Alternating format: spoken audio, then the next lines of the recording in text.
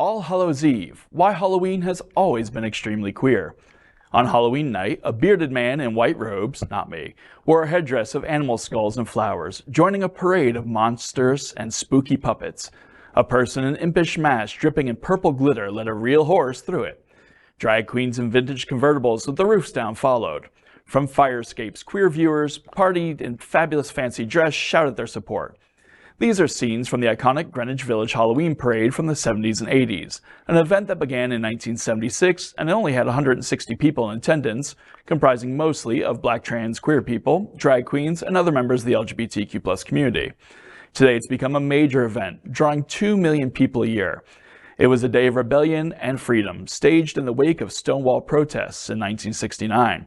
If we look even further back into the 40s, Halloween still had significant queer importance. It was a way to resist draconian laws that made dressing counter to your biological sex illegal and punishable by imprisonment. LGBTQ+ folks in queer-centric cities like San Francisco would embrace gender ambiguity and invert ideas around heteronormativity at Halloween parties, risking their freedom and even their lives to do so. And it goes even further back than that. In the Celtic celebrations of Samhain, in the Celtic culture, men having sex with men was commonplace and accepted. It was a power exchange. For example, for Samhain, which is now Halloween, people would gather in cities for big bonfires, and as travelers would come in and stay with friends, it was traditional for the man of the house to be able to have his way with the travelers, no matter what their gender. And it wasn't considered rape. It was consensual. It was a gift to the person who was staying there and payment for the person who ran the place. So Halloween's always been gay. It is gay Christmas. Okay,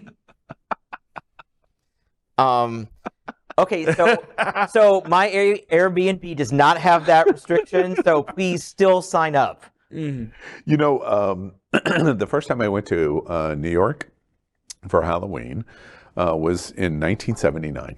And I went to Greenwich Village, and I was traveling with somebody. I went to Greenwich Village, and I always loved Halloween, but never really identified and understood its gayness. And I was in full out in the closet to complete denial, somewhere in between. I was in that transition thing of where I was in 79. And then went to Greenwich Village, and we had dinner at the Potbelly Stove, right down the block from the Stonewall Inn. And then we went to the parade. And I basically have never seen anything like it.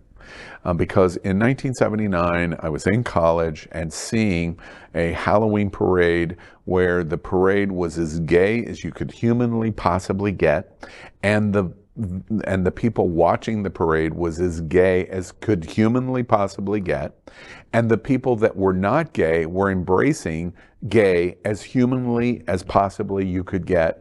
I thought, my goodness, I have died and gone to heaven to see what Halloween really means to the LGBTQ community. My first experience in 1979 and realized, oh yeah, I'm really gay. And this parade and this holiday helped show me that. I will never forget that moment in 1979, and I went back many, many, many times after it. And by the way, tonight, I'm going to the newest version of that. Wicked Manors is a completely different situation here in Fort Lauderdale, in Wilton Manors. 40,000 are expected on the 9 blocks of the closure on Wilton Drive, where we broadcast the Stonewall Pride Parade. So the two biggest events here in South Florida, in Broward County, are both gay on Wilton Drive, and that's the Stonewall Parade in June, and then Halloween and Wicked Manors. And I can't wait to go and see the costumes that I'm going to see. You're coming with me, I understand? Absolutely, I would miss it for the world. Are you kidding me? All right.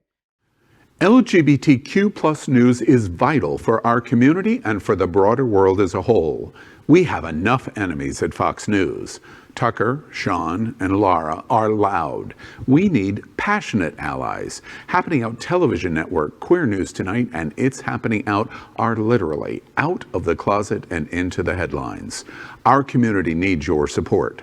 Like this broadcast and subscribe now to ensure the growth of the entire LGBTQ+ community.